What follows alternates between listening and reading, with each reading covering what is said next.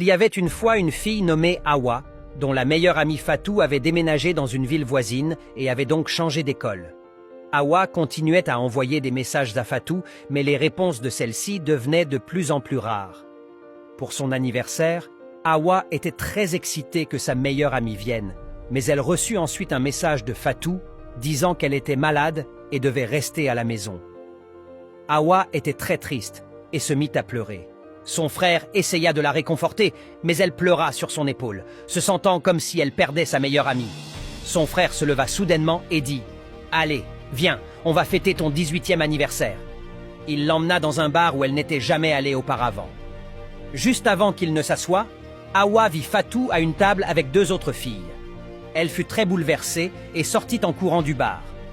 Son frère la suivit pour la consoler. Hawa pleurait et demanda « Qu'est-ce que j'ai fait de mal ?» J'ai gardé le contact avec elle.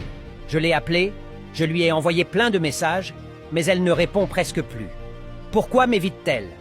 Son frère lui répondit « La meilleure chose que tu puisses faire pour toi-même, c'est de laisser partir les gens quand ils veulent partir. Ne les poursuis pas, ne les supplie pas, ça va faire mal, mais ensuite tu iras mieux. Quand on arrête de vouloir retenir les gens, on laisse de la place pour ceux qui méritent vraiment d'être dans nos vies. » À ce moment-là, Hawa comprit qu'aimer quelqu'un veut aussi dire savoir le laisser partir. Que Dieu nous aide à accepter ceux qui s'éloignent et à faire de la place dans nos vies pour ceux qui y appartiennent vraiment.